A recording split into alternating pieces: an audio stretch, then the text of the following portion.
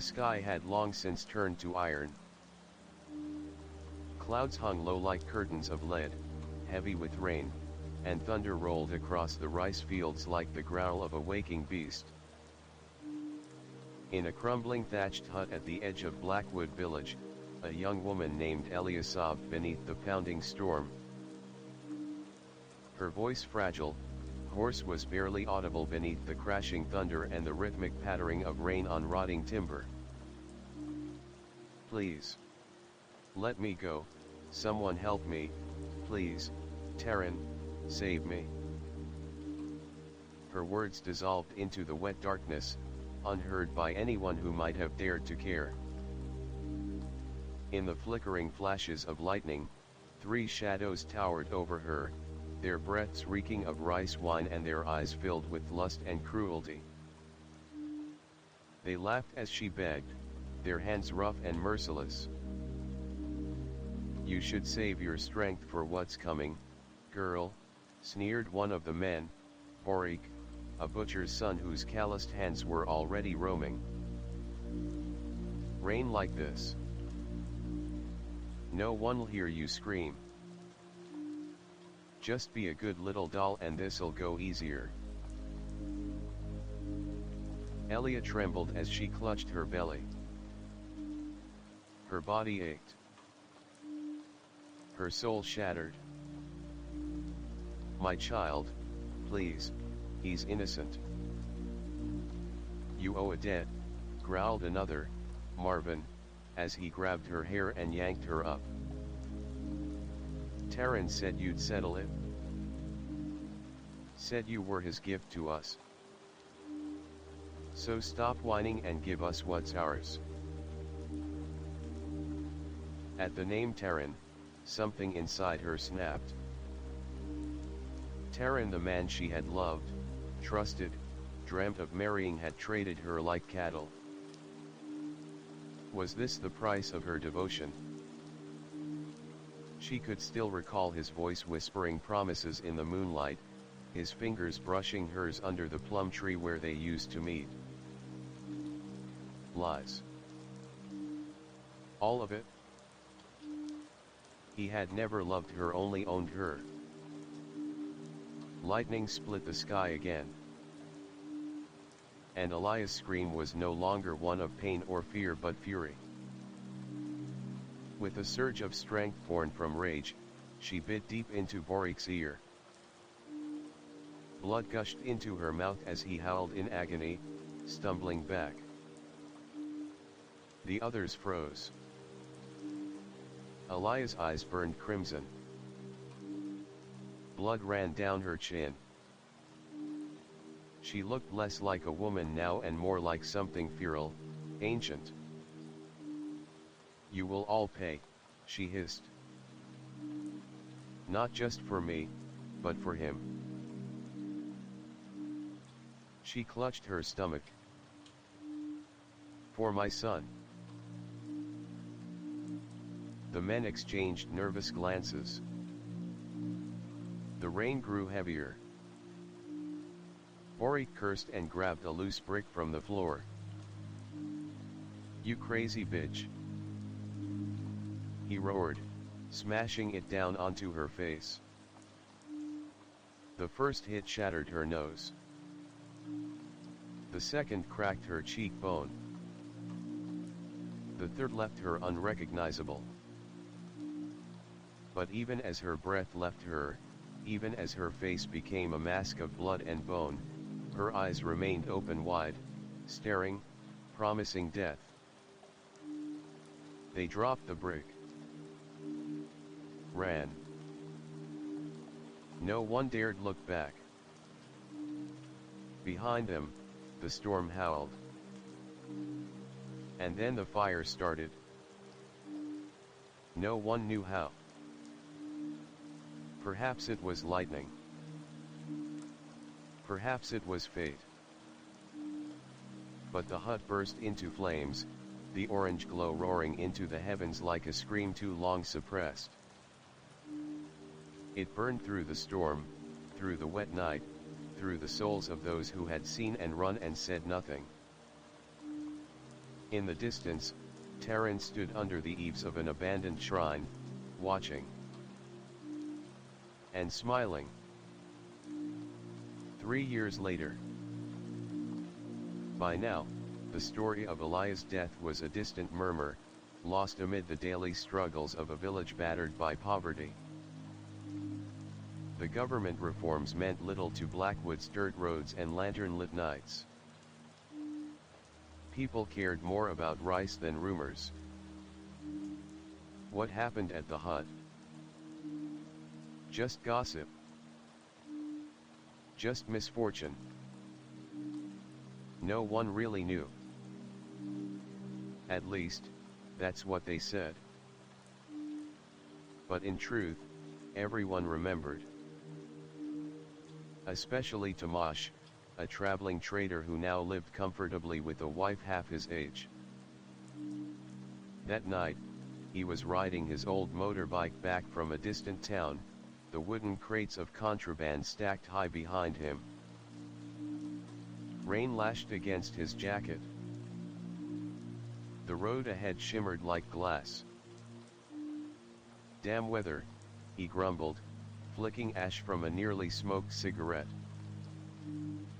As he passed the old banyan tree at the village edge, the very one near the burned hut, his bike sputtered and died. Shit. He kicked the stand and got off, cursing as his boots sank into the mud. Flicking open his lighter to search for a dry match, he froze. There was a sound. Soft. Whispering. Like crying. Tomasz turned slowly. Behind the tree, shrouded in mist, was a woman. No, a girl.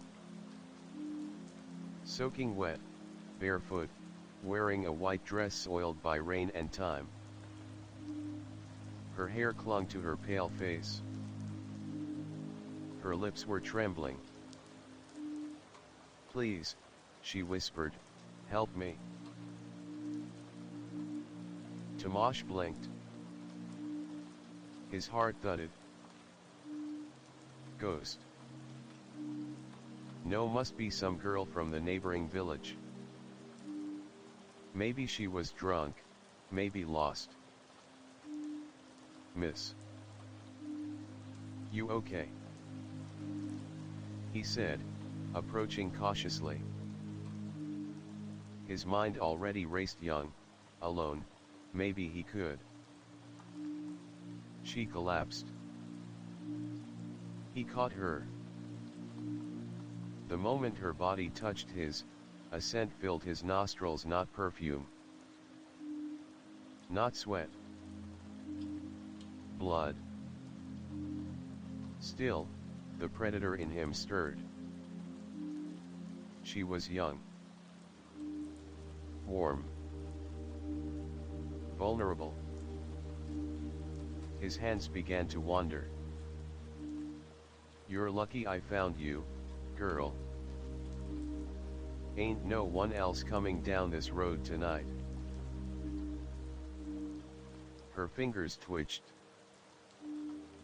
Her mouth moved. "I'm not alone," she whispered. And then her eyes opened. Fully. Brilliant crimson. Tomasz's world shattered. The thing in his arms twisted. Her spine cracked like branches in a storm, her face melted into a grotesque snarl, skin peeling to reveal bone, and her mouth split far too wide. He screamed as fingers not his own grabbed his head, forcing his jaw open. "You want to use this body?" She shoved a piece of herself, blood, meat, bone, into his throat. "Then swallow the truth." He gagged. Choked. Clawed at his face. tried to escape, but it was too late. At sunrise, a body was found under the banyan tree. Face torn open. Eyes wide, bloodshot. In his mouth, a shredded human ear. The villagers whispered again. 3 years ago, it was that girl, Elia, she died right there. This is the curse coming back. But the curse had never left. It had just waited.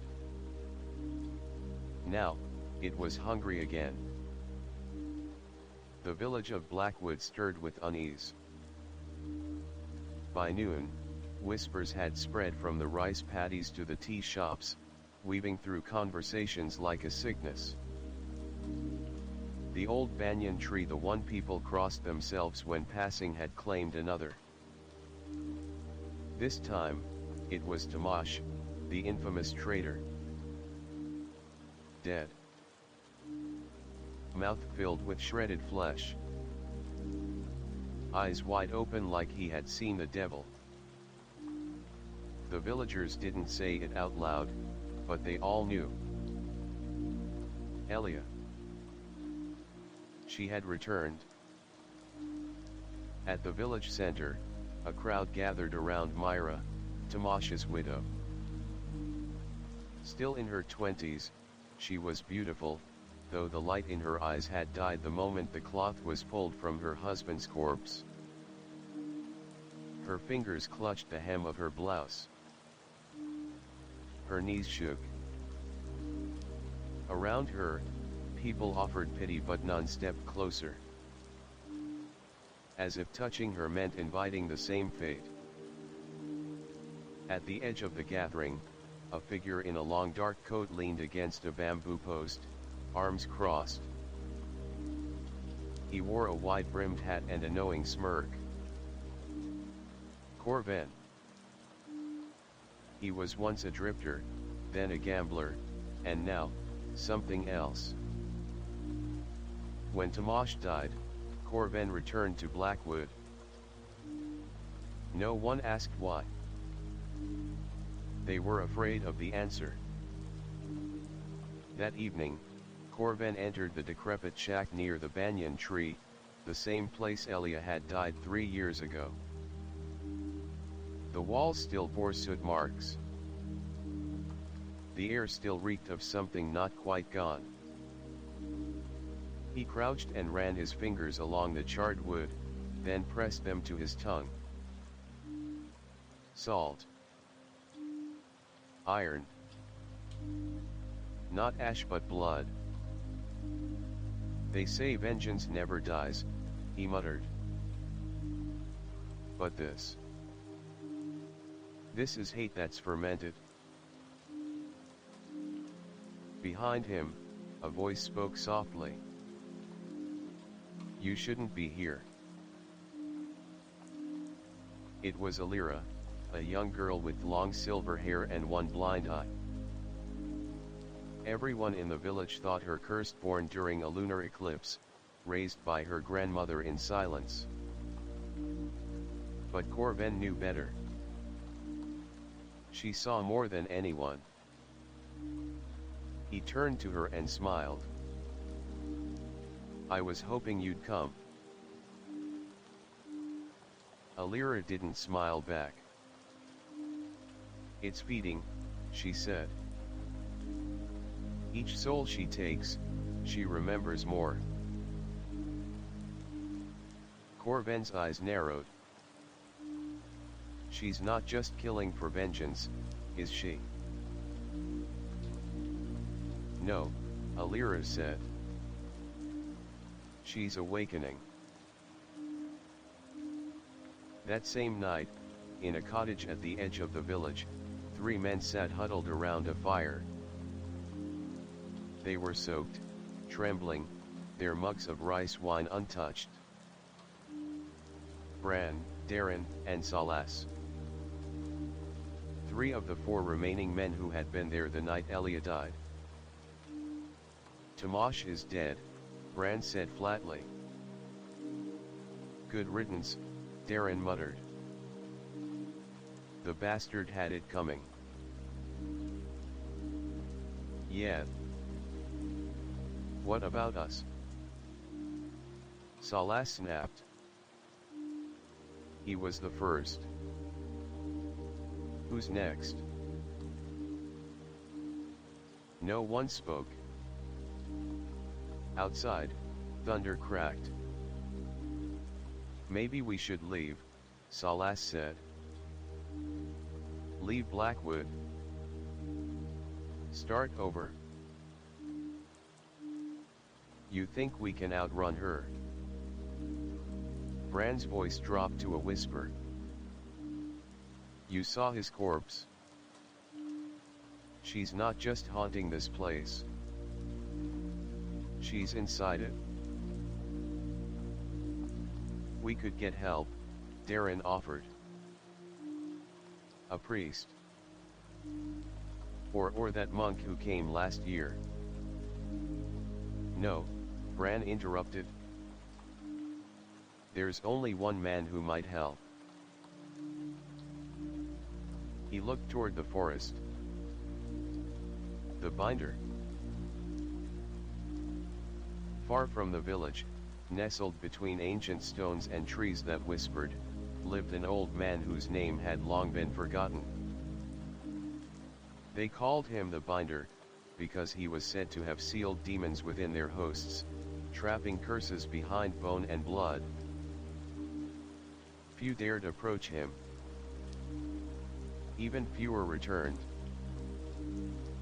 But that night, the three men rode out, desperate enough to face whatever price he demanded. They didn't notice the fourth rider who followed. A child. Silent. Barefoot. Eyes burning like coals in a face smeared with mud and blood. Back in the village, Myra sat alone in her hut, weeping softly. Until the weeping stopped. And the laughter began. At first it was faint. Then it filled the walls. Children's laughter. Mocking. Hollow. She rose, breath shaking, and stepped to the doorway. Standing in her yard was a young boy, no older than 5. His skin pale. His clothes ragged. His face somehow familiar. Who are you? She whispered. The boy smiled. I'm yours, he said. Just like you were mine. Before she could scream, the candlelight blew out. At dawn, the villagers awoke to find Myra missing. Her hut empty. Except for one thing. On the floor, drawn in something thick and dark, was a perfect circle. In its center, a child's drawing. A stick figure woman, with no head. Meanwhile, the 3 riders reached the forest's edge. It was said that the Binder lived within a hidden shrine, guarded by roots that grew like veins and whispered ancient names. As they dismounted, Bran turned to speak, but his words died on his lips. Salas was gone. Only his horse remained. And on the saddle, a small severed hand. Back in Blackwood, Corvan stood at the edge of the village, facing the sunrise. His fingers played with an old medallion, one etched with runes that shimmered when the wind blew from the east. Alira joined him, carrying a bundle wrapped in linen. Is that it? He asked. She nodded. He unwrapped the cloth. Inside was a lock of crimson hair and a shard of broken bone, still warm. "She's gathering her pieces," Alira whispered. "When they're all found, she won't be Elia anymore." Corvan clenched his jaw. "She'll be something worse." Dawn never truly came to Blackwood Village. The sky remained bruised with ash-colored clouds, and the wind carried the scent of rain and old rot. People spoke in hushed tones, eyes darting toward the forest, toward the banyan tree, toward the houses where candles burned longer than usual. It had been only 2 days since Tomash was found dead. Only one night since Myra vanished. Now, fear had gripped the villagers with icy fingers. Something dark was circling them, and it wasn't just memory or guilt. It was real. It was hungry. Corvan stood beneath the canopy of the shrine near the village's edge. He had not slept. His coat was soaked. Rain had come again, and with it more silence. The kind of silence that made birds flee and dogs whimper under porches. From the shadows, Alira approached, her blind eye covered with a fresh white cloth, her visible eye twitching with anxiety. "They found Salas's arm," she said. Corvan didn't flinch. "I know. I heard the crows before the screams." "It was placed on the church steps," she added. Corvan looked at her. "That's a message," he muttered. "She's getting bolder. No longer hiding in the dark. She's becoming the dark," Alira whispered. Elsewhere, deep in the moss-choked forest, Bran and Darren stumbled through vines and thorn-choked trails. Their torches flickered low. The air grew heavy, like it was breathing against them. "This is madness," Darren hissed. "We've been walking in circles." "No," Bran growled. "We're close. I can feel it." "Feel what?" But Bran didn't answer. Not because he couldn't, but because something else answered first. A voice. Old.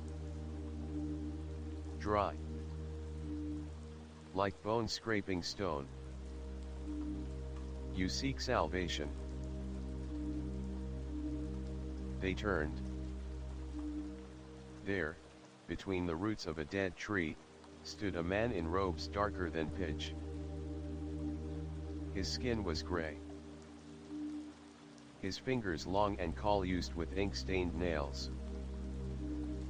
"The binder." I heard you could help," Bran stammered. The binder's eyes gleamed. "No one helps for free." "We'll pay anything," Darren said. "No," the binder said, slowly lifting a hand. "You'll give something else. Not gold. Not coin." He stepped forward, his shadow stretching unnaturally far. "I want your memories." Bran blinked. "What?" "Every memory of her. Of Elia. Of the fire. Of what you did. I'll take it all." It'll be like she never existed, to you. And then she'll leave us alone. Darren asked. If you forget, the binder whispered, then she forgets. Bran hesitated. The idea was tempting. No guilt. No nightmares. No fear. Just silence. But deep down, something in him screamed. Back in Blackwood, Alira sat at the shrine, clutching her tarot cards with trembling fingers. One by one, she laid them out: the Tower, the Hanged Man, the Empress reversed. Her breath hitched. The Queen is not coming to rule, she whispered. She's coming to destroy. Meanwhile, the abandoned house of Ciro, once home to Elia's grandmother, had begun to draw attention. Windows cracked. Curtains moved. Shadows flitted past the front door. The children whispered stories again. That they saw a girl in white standing at the well. That she hummed lullabies backwards. That she talked to someone no one else could see. One brave boy, Nilo, dared to throw a rock at the house. That night, his family awoke to screaming. His tongue was gone. In its place, he had bitten a piece of bone lodged in his throat. Corvan gathered his things at dusk. The air pulsed with dread. He reached into his bag and pulled out an old blade etched with glyphs that had not been spoken aloud in generations. Beside it, a strand of crimson hair floated upward, defying gravity. She's almost complete, he said. Alira nodded, but her face was pale. And the child? Corvan's eyes darkened. He's not a child anymore. Far beyond the forest, in a crumbling ruin where moonlight could not reach, the child of Elia sat beside a shrine of bones. Around him, 5 dolls made of mud and blood danced in circles, animated by something older than life. The boy giggled. Then looked up. A shadow emerged from the shrine. It had the face of Elia, but twisted, elongated. Her mouth stretched ear to ear. My son, she cooed, caressing his cheek. He smiled, revealing rows of blackened teeth. Mother, he whispered, when do we burn the village? Soon. She smiled wider. We'll start with the priest. That same moment, Father Arvin, the village's frail clergyman, was kneeling in the chapel, clutching his crucifix as wind howled against the stained glass. He heard laughter, turned, and saw nothing. Then the candles went out, and the door creaked open on its own. The moon was full but wrong. It hung above Blackwood like a bloated eye, tinged with a sickly red hue. Clouds scattered beneath it like bleeding petals. Dogs howled in their pens, and birds refused to leave their nests. Even the wind held its breath. Corvan stood at the edge of the banyan tree's shadow, a line of protective salt circling his boots. His fingers gripped the silver pendant around his neck, an heirloom engraved with ancient runes. He was waiting. And he wasn't alone. Behind him, Alira knelt over a spread of blackened cards and burning sage. Her lips murmured old prayers, forgotten languages only known by the dead and the mad. Tonight, they would try something dangerous. A seance not to summon a spirit, but to awaken a memory. "Are you sure this is the way?" she asked. Corben didn't blink. Elia didn't die a normal death. She wasn't just murdered, she was cursed. "I need to see who did it." Alira nodded, then slid a blade across her palm. Blood dripped onto the runes. The world began to tremble. Across the village, Father Arvin opened his eyes. He was still in the chapel. Still alive. But everything was wrong. His crucifix had melted. The holy water had turned black. The altar was covered in ash. And the statue of the Virgin Mary was weeping blood. Before he could scream, he saw her. Elia. Standing at the back of the church in her tattered white dress, long hair covering half her face.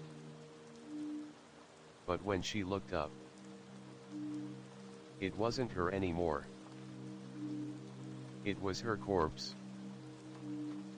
Rotted. Hollow-eyed. Her face half bone, half scorched flesh. "Why didn't you help me?" she asked. Father Arvin trembled. I didn't know." "You knew." She raised one hand. 1,000 voices screamed. And the walls began to bleed. Back at the banyan tree, Corben collapsed. He was no longer standing in the present. The ritual had worked. He was in the past. Everything was gray, dreamlike but real. The hut still stood, untouched by fire. The villagers were younger, drunk with rice wine, laughing, dancing under red lanterns. He moved like a ghost among them until he reached the clearing. And saw her. Elia. Not broken. Not yet betrayed. She stood beneath the plum tree, smiling as Taran approached. The man who would offer her up. Her lover. Her killer. "Do you love me?" she asked. "With all my soul," he lied. Corben watched as the boy placed a necklace around her neck, silver, with a cracked red gem. And then, Corben understood. That necklace. It wasn't a gift. It was a seal. A vessel. It didn't bind her spirit, it trapped her pain. Taran hadn't just sold her body. He sealed her soul in suffering. He turned her into a weapon. Corben gasped, the vision vanishing as he returned to his body. The pendant on his neck now glowing. Alira gripped his shoulder. "What did you see?" "Her death was only the beginning," Corben said, voice hoarse. He used her. He cursed her. And now? He looked toward the forest, where the trees were bending unnaturally. She's no longer alone. Deep within the woods, the child stood barefoot on a hill of skulls. Around him, crows circled. His tiny hands were stained with blood, and in them he held a bone flute carved from the thigh of an infant. Behind him, Elia's ghost loomed. No longer in human form. Her arms were long and twisted. Her mouth opened vertically. Her eyes were black voids pouring smoke. She had become something else, the mourning bride. Her voice was now many voices. We begin tonight. The child nodded. I will open the gate. That night, a blood moon ritual began. 3 locations. 3 deaths. Each one connected to the original sin. At the old well, a villager was found hanged by their own intestines. At the chapel, Father Arvin's skin peeled off in spirals, forming a message on the wall, "Blessed are the forgotten."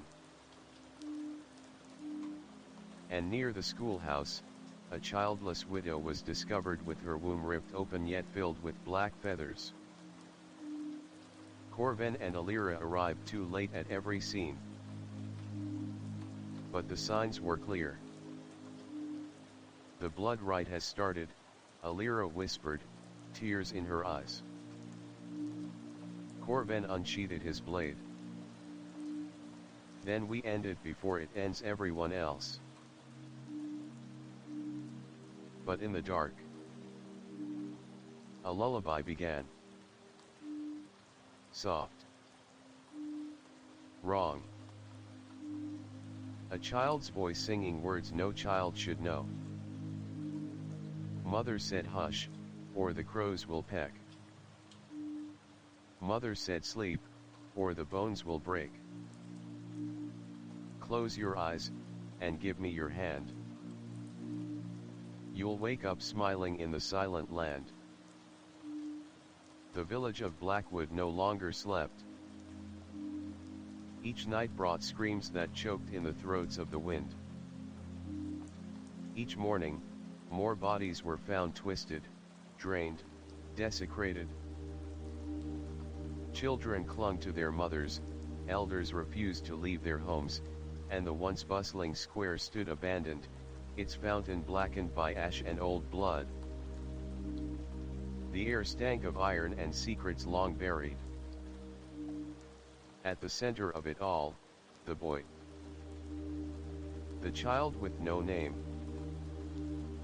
Some swore he was Elias' son, born of rape and rage. Others said he never existed at all until her soul carved him into being from bone and sorrow. Only 2 knew the truth. And only one could end him. In the shrine at the edge of the woods, Corvin crouched over a map of the village etched into wood, runes carved into every corner. Around him, candles hissed and flickered in warning. Across the table, Alira looked pale, her fingers trembling around a bone-carved scrying bowl. He's moving, she said. He's been seen near the grain storage. Again. He's not hunting, Corvin muttered. He's building. Building what? Corvin didn't answer. Because he already knew. Far beyond the edge of the village, in a sunken pit behind the ruins of the old watchtower, the boy stood ankle-deep in red mud. Around him, Dozens of bones spiraled outward like a grotesque flower, each one inscribed with symbols from a tongue older than human memory. At the center, the child hummed. The air above the pit shimmered. Reality had begun to fracture. A gate was opening, not to hell, not to heaven, but to the hollow veil, a realm between breath and death, where spirits lost in vengeance could grow teeth. Eliah's voice echoed through the trees. Do not falter, my son. Tonight, we awaken the hollow. Back at the shrine, Corven lit the last candle in a circle of 7. You said there was another way, he said to Alira. A way to sever the bond without killing the child. Alira's face darkened. There might be.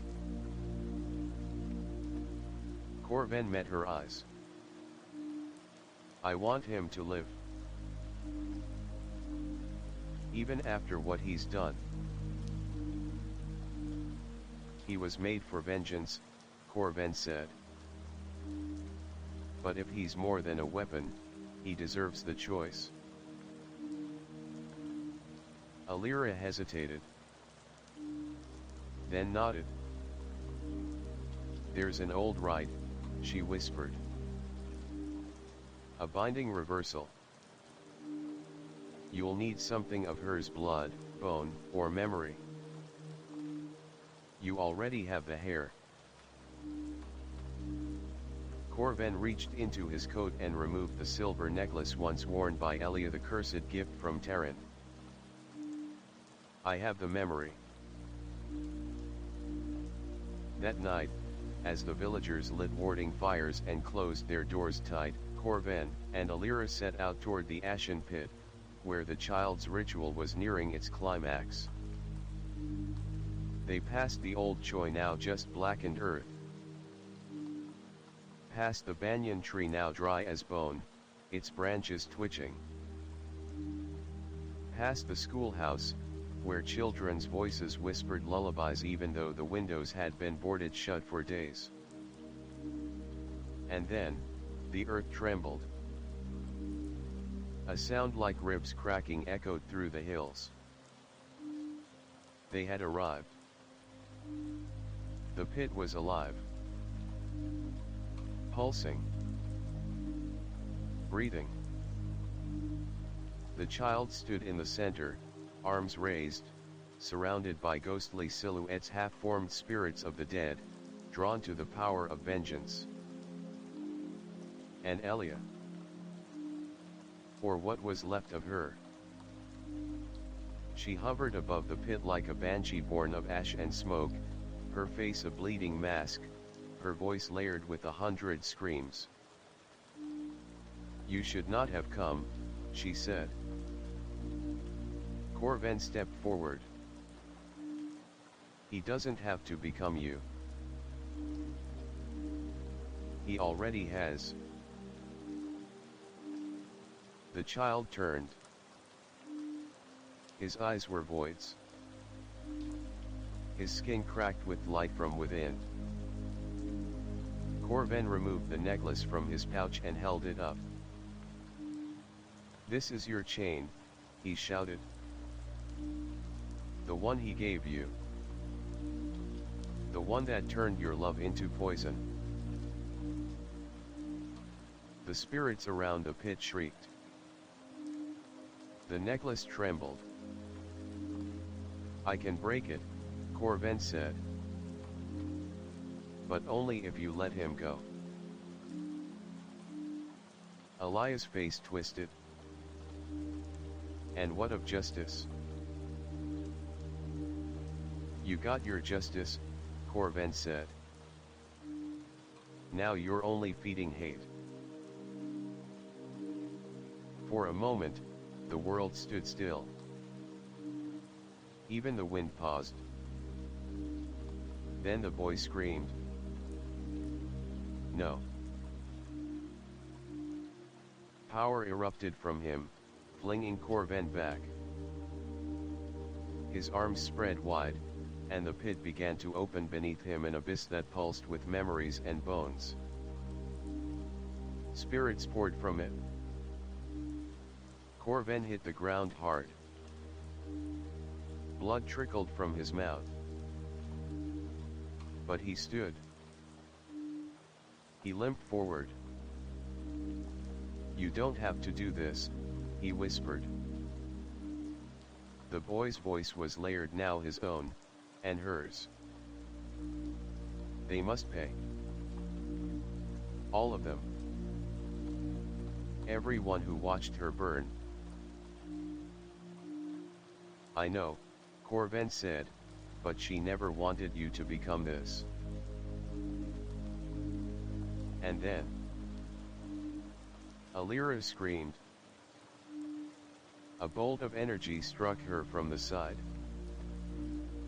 Corven turned in time to see Father Arvin, his body mangled, possessed, his eyes black, his mouth drooling, shadow crawling from the trees, howling words in reverse. "Mother." The boy faltered. Corven seized the moment. He hurled the necklace into the air, shouted the incantation Alira had whispered to him under breath. The sky split. Lightning struck the pendant mid-air. And then silence. The pit closed. The spirits dissolved like smoke in wind. The child collapsed. When dawn broke over Blackwood, the villagers emerged to find the sky blue for the first time in weeks. Corven carried the boy in his arms. Not dead. Just sleeping. Just human. And beside him walked Alira, burned, bruised but alive. Alia's voice was gone. But in the silence she left behind, there was something else. Peace. Or the beginning of it. Blackwood Village was breathing again. Children laughed. The temple bell rang at dawn. The air no longer carried the scent of blood and burnt soil. The banyan tree, once a symbol of fear, had withered to ash. Alia's presence, her vengeance, her fury was gone. Or so they believed. In a small hut near the river, Corven sat at the boy's bedside. His name, they had finally learned, was Kale. He slept with a slight frown, murmuring sometimes in dreams, sometimes in languages no one had taught him. Corven watched over him day and night. He had taken on a new role, not a hunter, not an exorcist but a guardian. Alira had warned him. Whatever you severed, it wasn't the only bond. She limped into the hut, clutching a small black tome. The binding was stitched with sinew. The pages reeked of decay. "It's begun to move again," she said softly. Corven looked up. The hollow. Alira nodded. A ripple through the veil. Something old is waking. Elsewhere, across the hills beyond Blackwood, a buried temple stirred. Once sealed beneath an avalanche of forgotten history, it now pulsed with a heartbeat. A lone figure approached, cloaked, barefoot, eyes blind but unblinking. He was the Veil Keeper. A remnant of an ancient order long thought wiped out, guardians of the boundary between the world of men and the world of memory. He whispered to the stones as he walked, and the earth parted before him. In the darkness below, an altar awaited. And on that altar a second necklace, identical to Elias, but older. The veil keeper knelt. "The child has opened the first gate," he murmured. "Now, the mother of teeth shall stir." Back in Blackwood, Cale awoke screaming. The room filled with cold wind. Candles exploded. And Corven rushed to his side. Cale's eyes were glowing. From his mouth came not his voice, but hers. Not Elia, but something else. "The womb is not closed. The bride was only the veil. Now the mother breathes." Alira burst in, chanting a warding prayer, but the air wouldn't respond. No spirit, no hex, no old rite could touch this power. Corven held the boy tightly. "Cale, listen to me. You're free." The boy's voice quivered. I see her. Not Elia. Deeper. Beneath her." And then he fainted. That night, Alira led Corven to the ruins of the old Syrah estate, Elias' childhood home, long forgotten after the fire. The land had been declared cursed, left to rot under vines and shadows. "There's a catacomb beneath," Alira said. "Sealed generations ago. Before Elia. Before even the village had a name." They broke through the stone slab together. Beneath it, they found a labyrinth of carvings, old bones, and murals made of dried blood. The oldest mural showed a woman with many mouths, holding a child in each hand, surrounded by a river of screaming faces. "The mother of teeth," Alira whispered. "A spirit so old, she was erased from scripture." Corven touched the wall. It was warm. "She's returning." Across the continent, in a distant city built over a dried lake, an ancient bell rang by itself, its sound breaking mirrors and stopping hearts. In a locked library, a scholar screamed. Because the name Cale had reappeared in the Book of Ends, a tome that wrote only when doom approached. The last time the book had written. The night Elia burned. In Blackwood, Cale now wandered in dreams. But they were no longer his. He saw through her eyes not Elia, but the mother. He saw temples crumbling. Blood rituals. Children born hollow. And in the center of it all a throne of teeth, waiting for a king.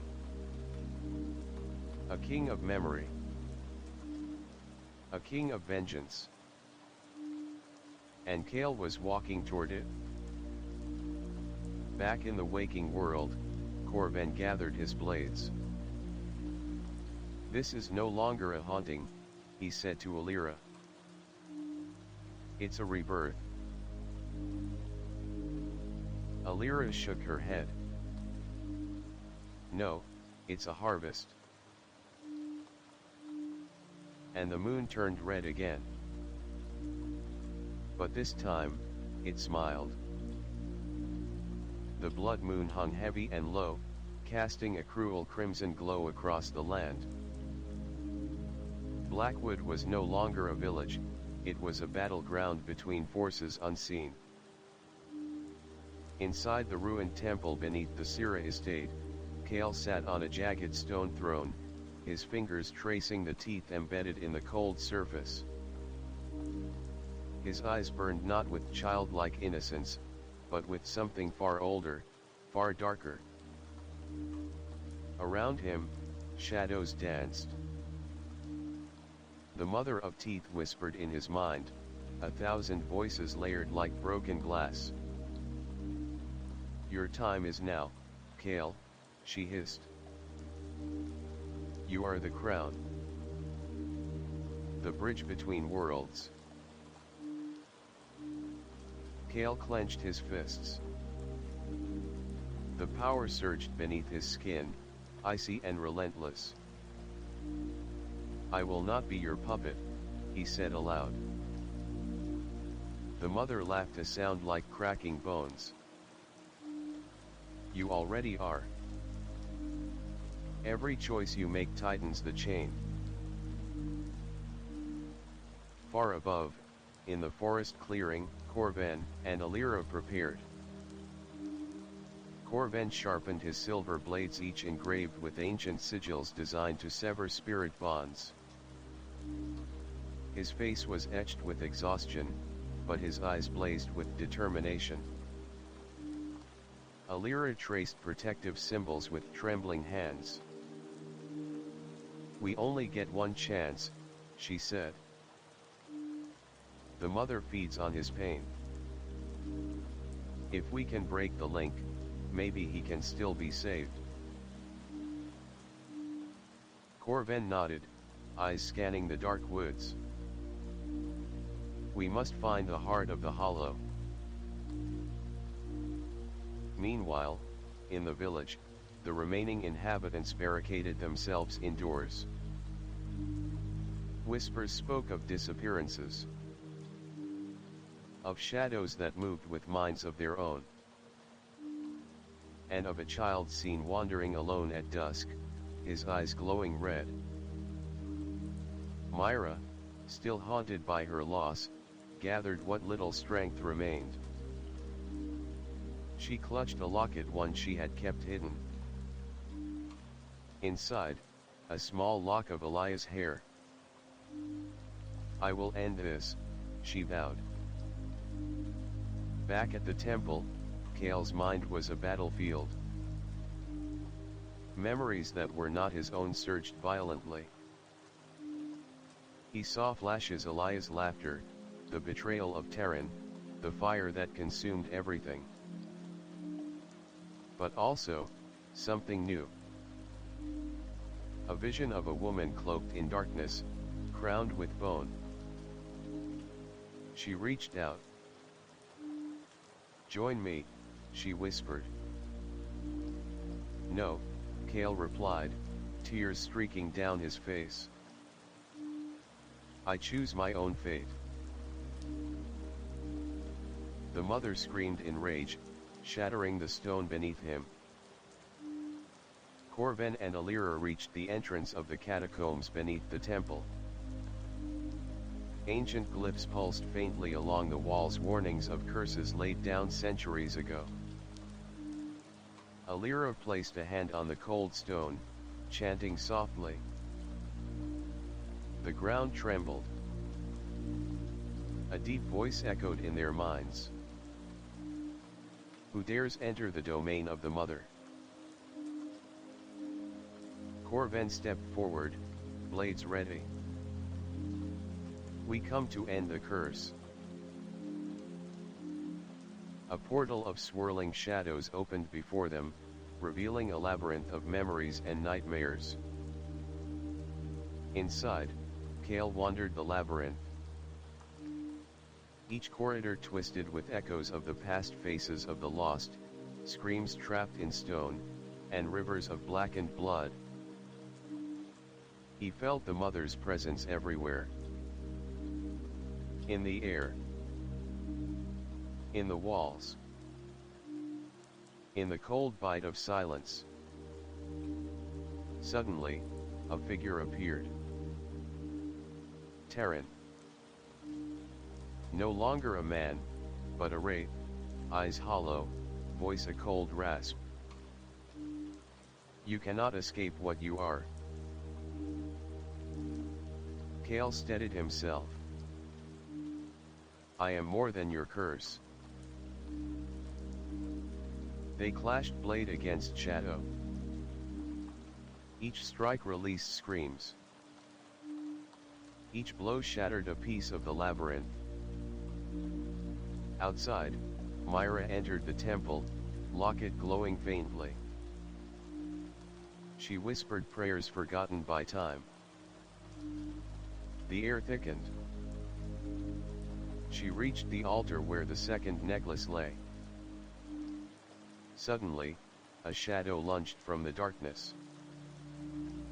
A twisted version of Elia, eyes blazing.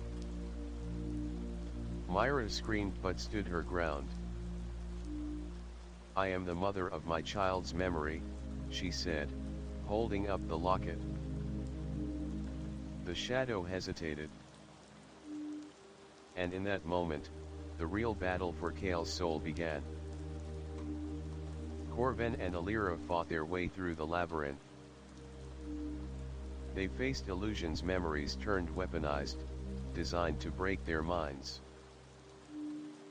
Corven nearly lost himself to the vision of his own past failures, but Alira's voice pulled him back. Remember who you are. Together, they reached the heart of the labyrinth. There, Kale sat on the broken throne. His eyes met theirs. Help me, he whispered. Not as a weapon. Not as a crown. Suddenly, the mother erupted from the shadows, a storm of bone and flame. She howled, a sound that cracked the sky. Choose, Kale. Join me, or be destroyed. Kale stood. For the first time, I choose myself. With a roar, he shattered the throne, the teeth crumbling to dust. The mother screamed, dissolving into a million shards of shadow. The temple trembled.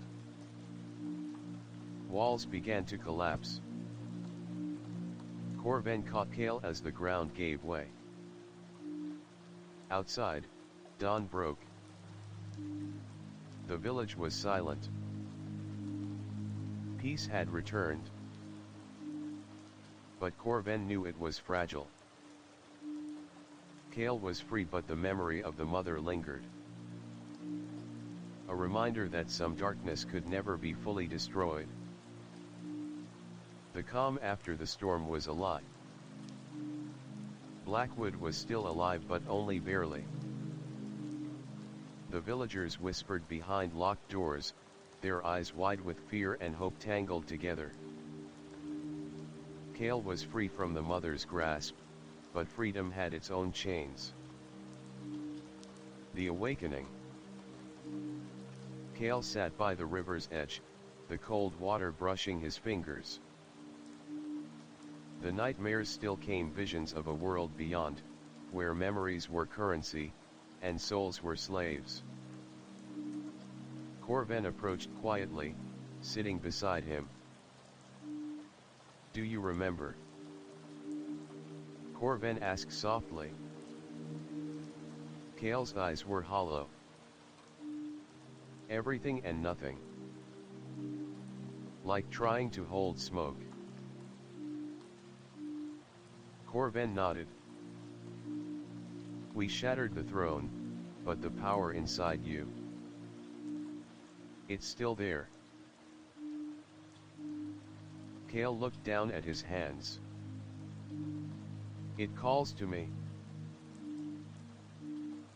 Before Corven could respond, the wind shifted. A chilling whisper curled around them like smoke.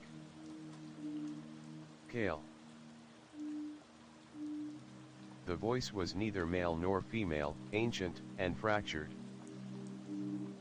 Your true journey begins. The Lost Shrine.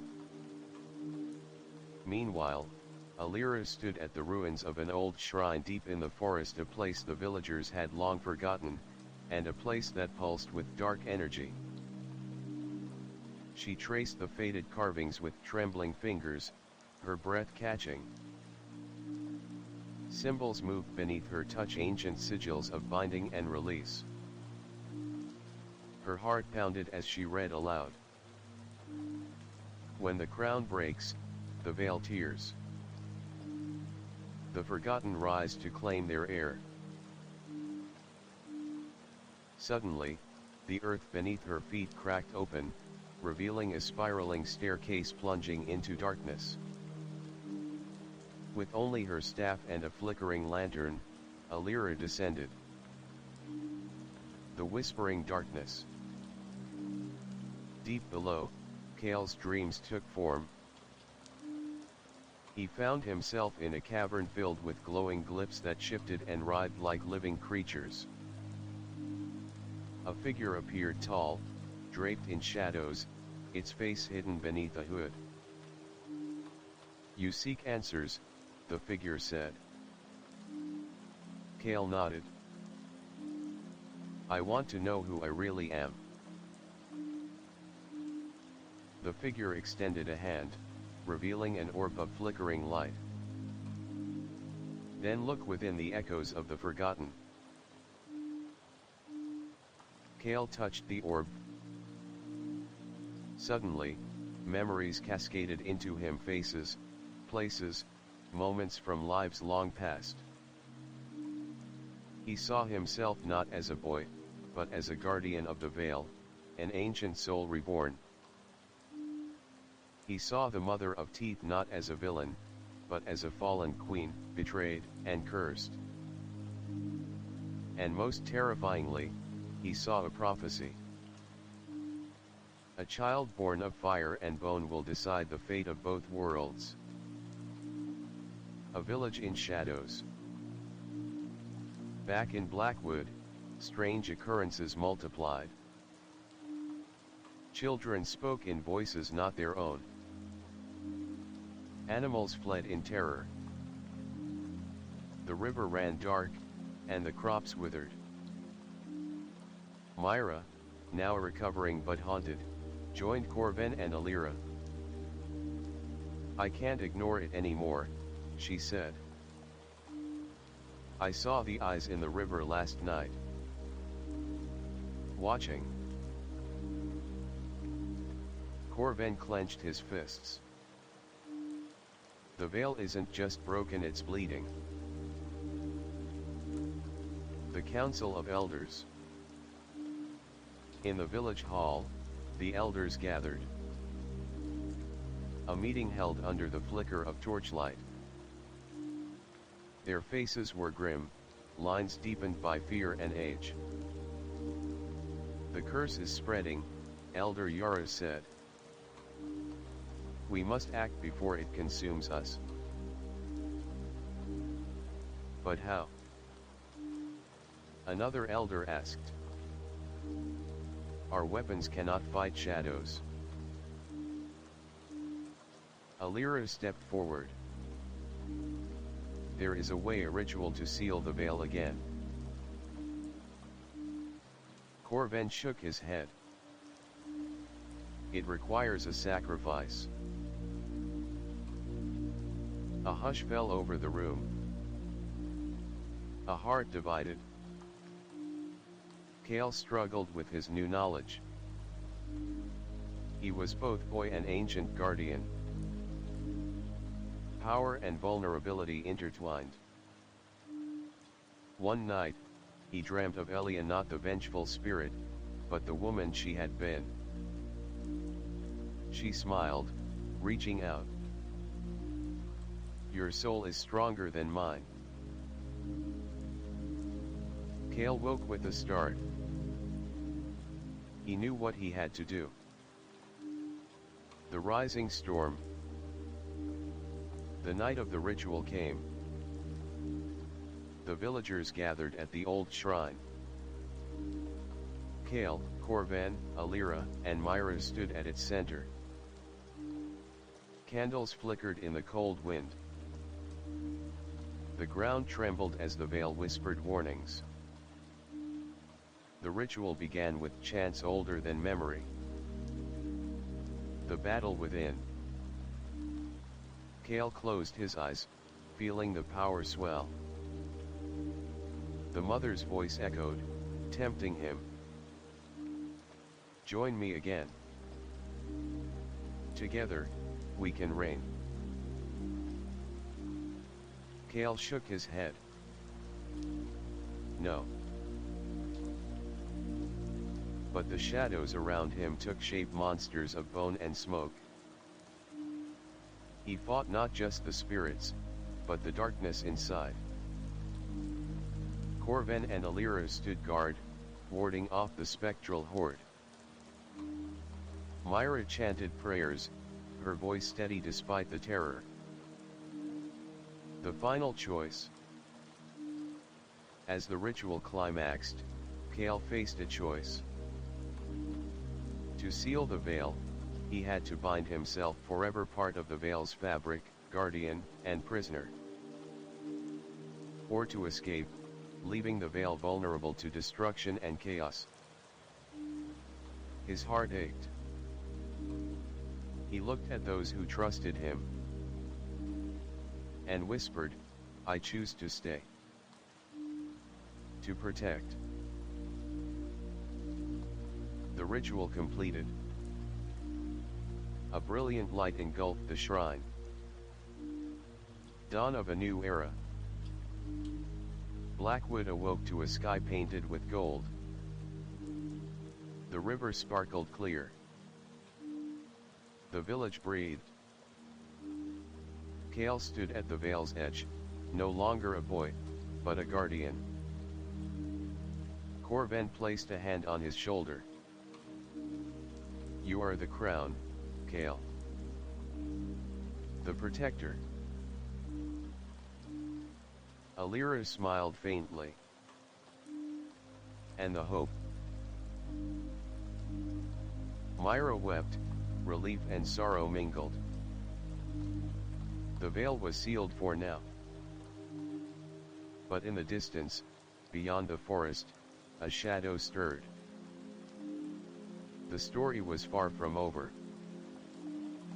The dawn was deceptive.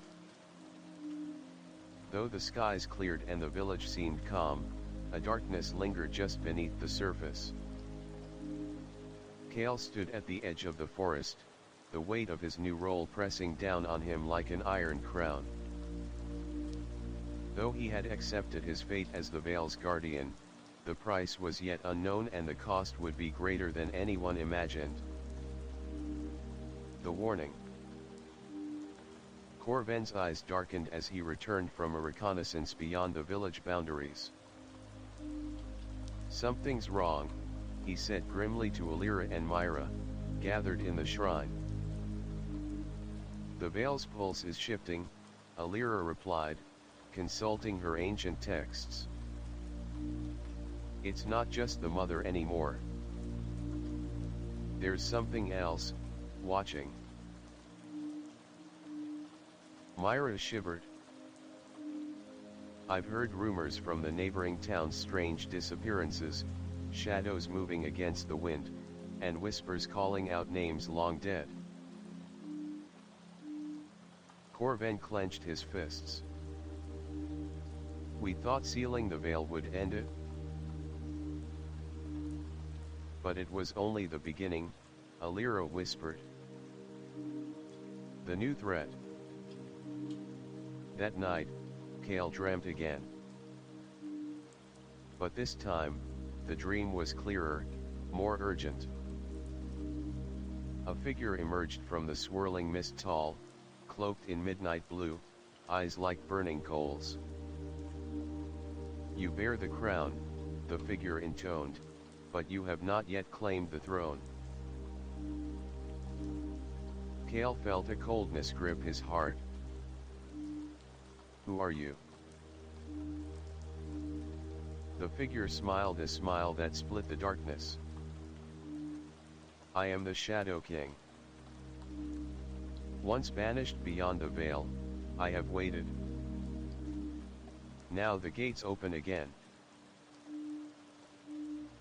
Kale awoke with a start, the figure's words ringing in his ears. The Shadow King. A name whispered in fear in old stories. Village in fear. In Blackwood, fear took root quickly. People reported sightings of a dark silhouette moving just beyond candlelight.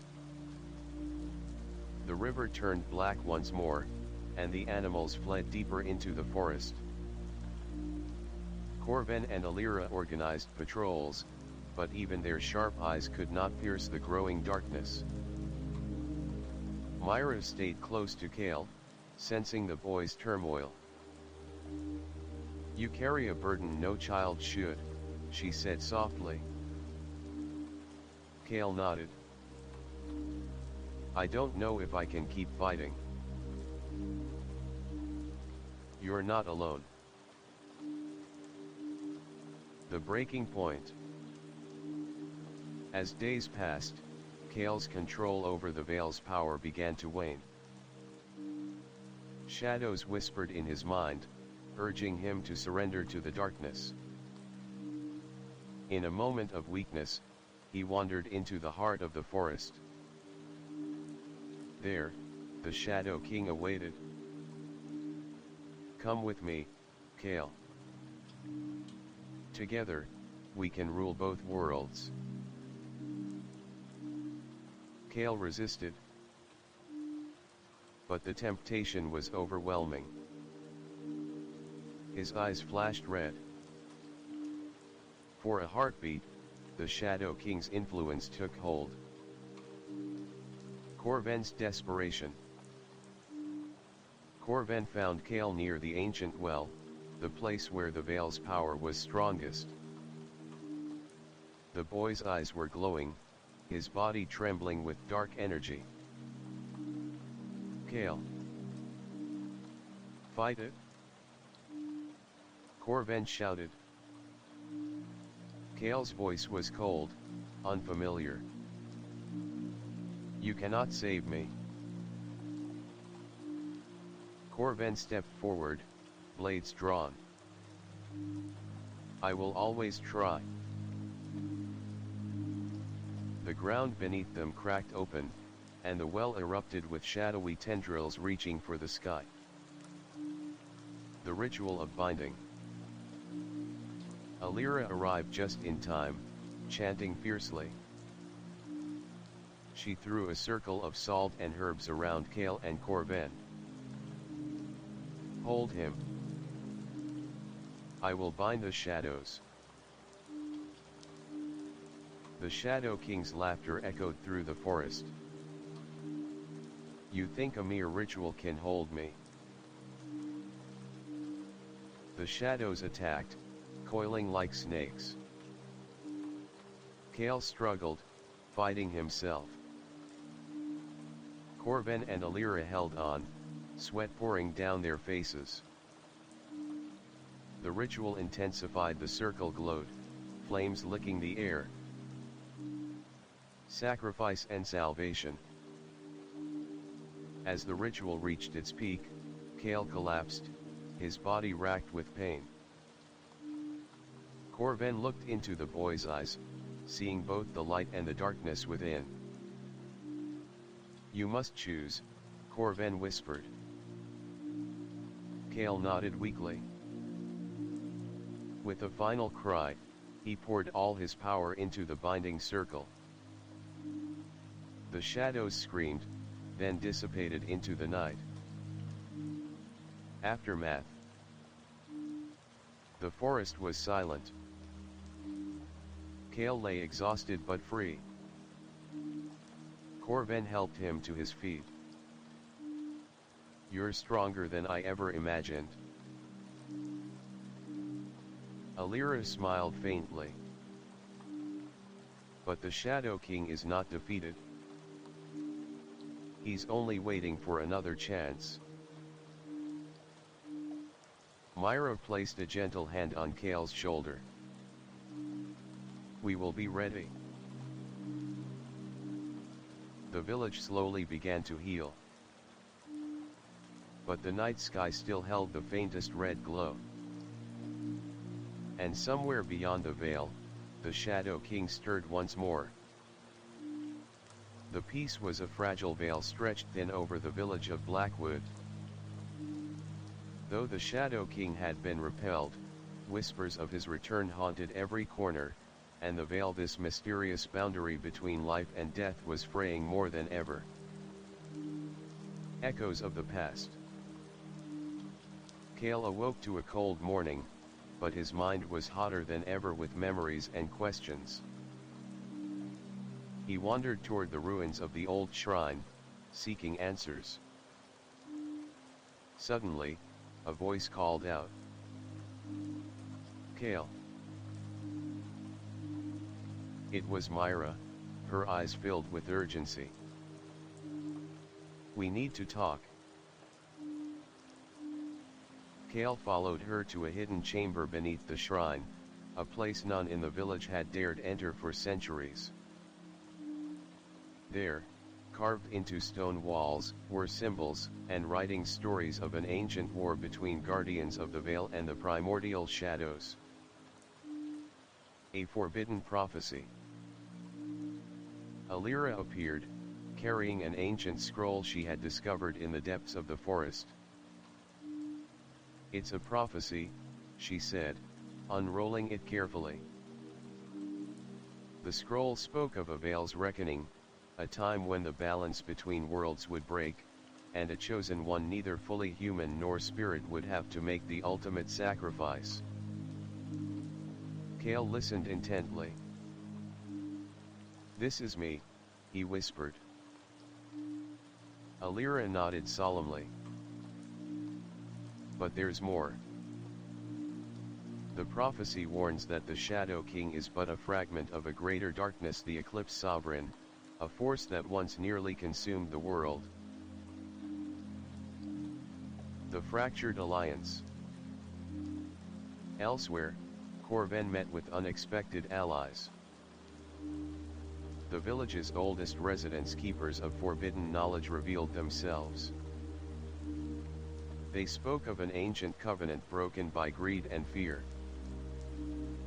Corven learned that not all guardians were pure-hearted.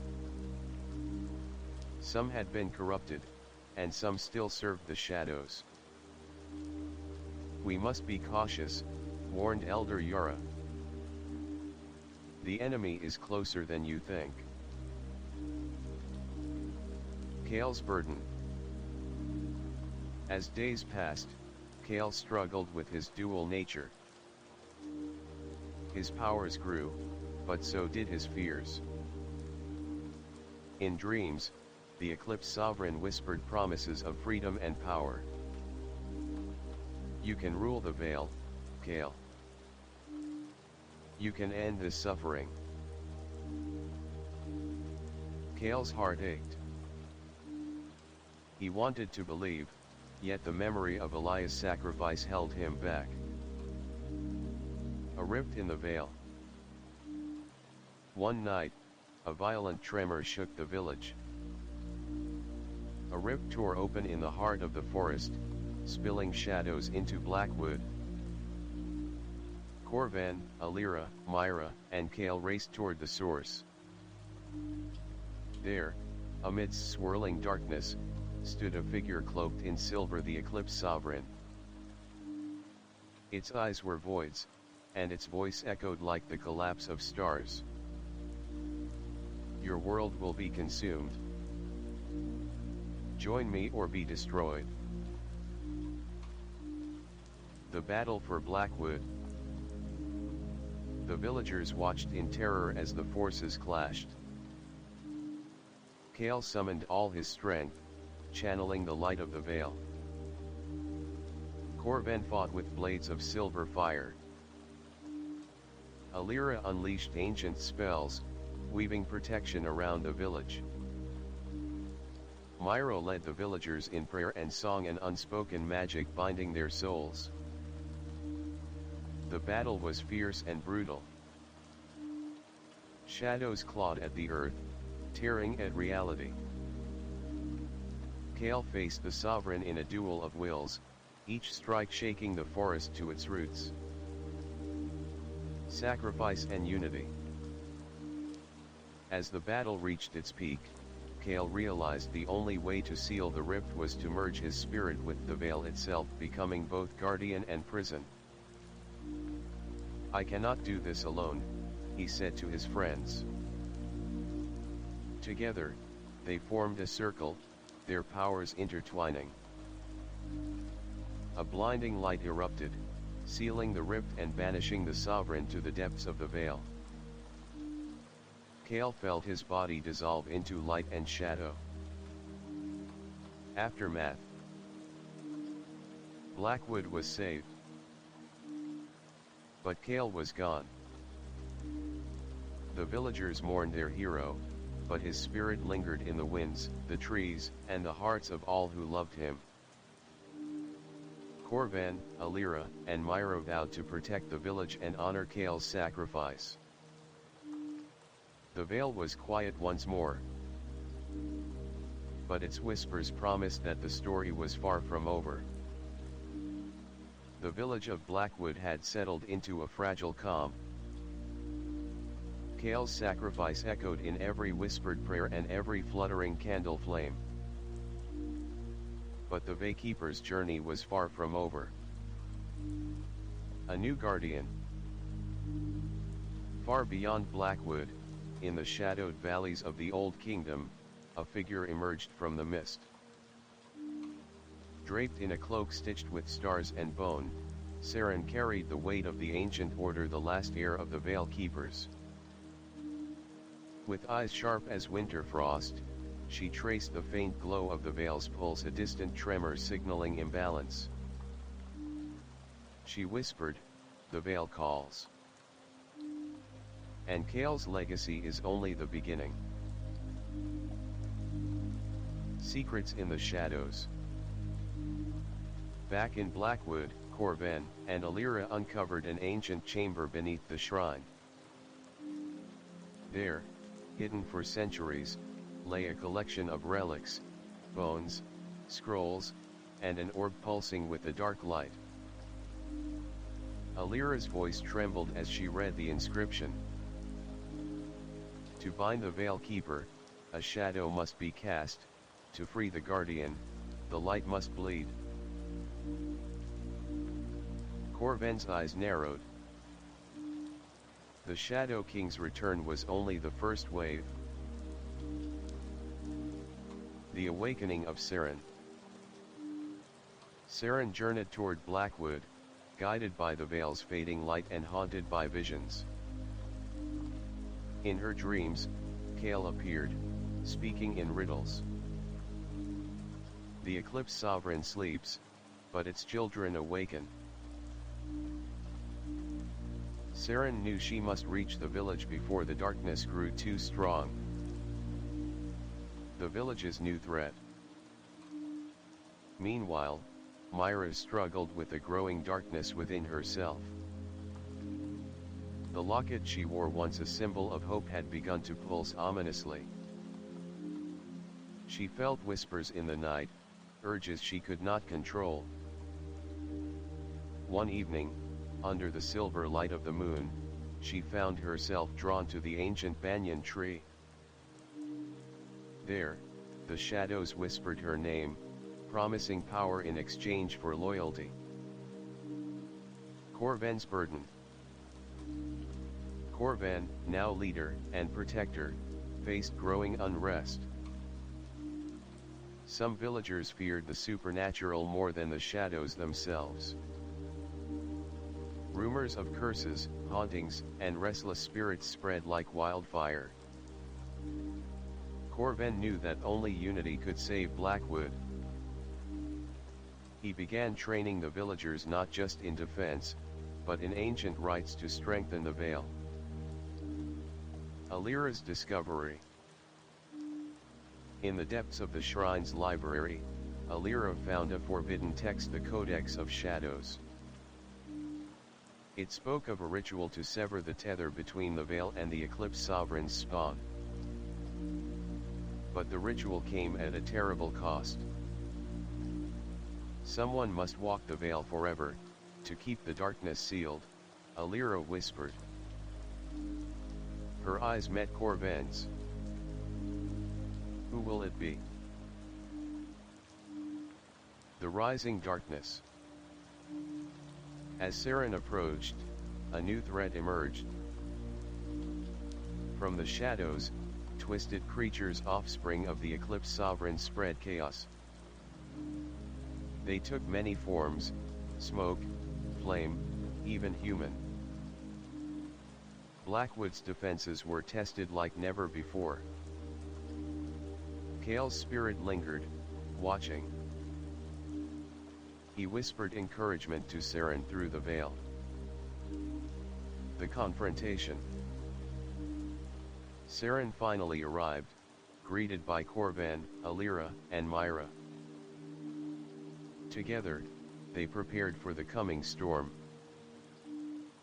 Under the blood-red moon, the four stood at the veil's edge. The children of the Eclipse Sovereign emerged, horrific beings hungry for the power that Kale once held. The battle was brutal. Saren wielded ancient magic, weaving stars into shields.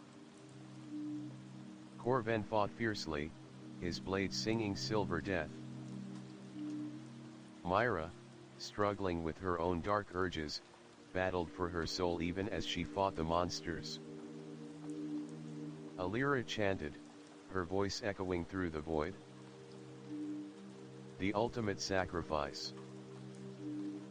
In the heart of the battle, Myra's locket shattered, releasing a surge of light. She collapsed, her body glowing as she fought the darkness within. With her last strength, she invoked the ritual Alira had uncovered. A brilliant light engulfed her. The children of the Eclipse Sovereign screamed and dissolved. But Myra was gone, absorbed into the veil as its eternal sentinel. New beginnings. Blackwood was safe for now. Saren took Kale's place as guardian, promising to protect the village and the fragile veil. Corven and Alira vowed to rebuild and guard the knowledge of the ancients. And in the wind, Kale's voice whispered, light and shadow are forever intertwined. This is only the beginning. The dawn broke softly over Blackwood, its golden light spilling through the ancient trees like a blessing after a long and bitter night. The village, once ravaged by shadows and haunted by the echoes of forgotten evils, now stood peaceful, renewed, yet forever marked by the sacrifices made. Saren's Vigil. Saren stood atop the highest hill overlooking Blackwood, the veil flowing gently around her like a living cloak. She had inherited the weight of the Guardians, the duty to protect the boundary between worlds, to keep the darkness at bay. Her eyes, deep pools of ancient knowledge and youthful hope, gazed into the horizon where light and shadow met. Kale's spirit had become one with the veil, a beacon of light in the endless twilight. Your sacrifice was not in vain, she whispered. The wind seemed to carry his voice back. We are forever bound. Corven and Alira's promise. Back in the village, Corven and Alira stood before the shrine's altar. The air was thick with the scent of incense and the soft hum of magic still lingering from the recent battle. We carry their legacy, Alira said, her voice steady despite the weight of grief. Corven nodded. Blackwood will endure. We will teach those who come after us the true meaning of courage and sacrifice. They placed a carved stone etched with the names of Kale and Myra into the altar. A soft glow enveloped the stone, sealing their memories into the heart of the village. Myra's eternal light. Though Myra was gone, her presence was everywhere. The villagers spoke of a gentle light that would shine through the darkest nights, a comforting warmth that guarded their dreams. Children would point to the stars and say, "Myra watches over us." And somewhere in the vale, her spirit danced a sentinel bound by love and duty. The final whisper. As night fell, Saren returned to the vale's edge. The boundary shimmered fragile but strong. She closed her eyes and reached out with her spirit. There, in the endless twilight, she found Kale. His form was radiant, his smile serene. "Is this the end?" she asked. Kale shook his head. "No. It is a beginning. The veil is eternal. And so is our fight." Saren smiled, a tear tracing down her cheek. "We will never falter." Together, their spirits merged with the veil, guardians bound by fate and love, forever watching over the balance between worlds. A new dawn. In Blackwood, life flourished anew. The river sparkled clear, the crops grew tall, and laughter echoed through the trees. The villagers, scarred but unbroken, remembered the cost of their peace.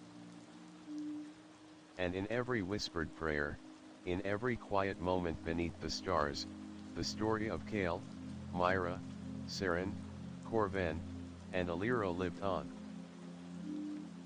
The eternal veil had been sealed once more. But its light would never fade. Title: The Eternal Veil, A Tale of Shadows and Guardians. Description: In the quiet village of Blackwood, an ancient veil separates the world of the living from restless spirits and dark forces. When a young boy named Kale inherits the burden of the Veil Keeper, he faces terrifying entities: the Mother of Teeth, the Shadow King, and the enigmatic Eclipse Sovereign, each threatening to plunge the world into darkness. Joined by loyal allies Corvan, Alira, and Myra, Kale must navigate a world where memories, shadows, and spirits intertwine. Together, they confront their fears, unravel forbidden prophecies, and fight battles that blur the line between life and death. Through sacrifice, unity, and courage, they struggle to seal the veil and protect Blackwood from descending into chaos. But as the final chapter unfolds, the question remains: will the Guardian's legacy endure, or will the darkness rise once more? A richly woven fantasy horror saga of loyalty, loss, and eternal struggle between light and shadow.